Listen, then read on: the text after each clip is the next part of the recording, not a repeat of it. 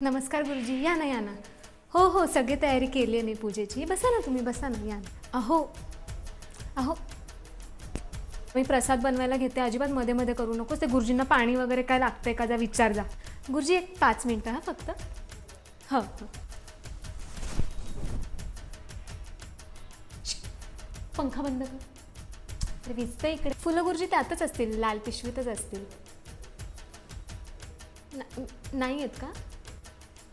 जा ना, बघ ना जरा, फुलं किचनमध्ये वगैरे असतील बघ कुठेतरी. हां गुरुजी, काय हवं आहे? खोबऱ्याची वाटी लगेच आणते. आले आले आले आले आले आले. हे घ्या खोबऱ्याची वाटी.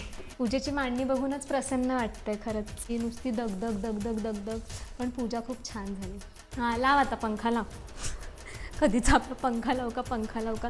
हे आणि मदत सकाळपासून उठली एकटीच, सगळं एकटीच आवरते. यांच्याकडे एकच टास्क दिला होता फक्त, ते गुरुजींना जेवून पाठवायचं. एकतर ते गुरुजी कोणाकडेच जेवत नाही, फक्त आपल्याकडे जेवतात. तुम्ही जेवा, काही लागलं तर सांगा, मी बायका बायका बसू नंतर. हां आहे मी इथेच आहे.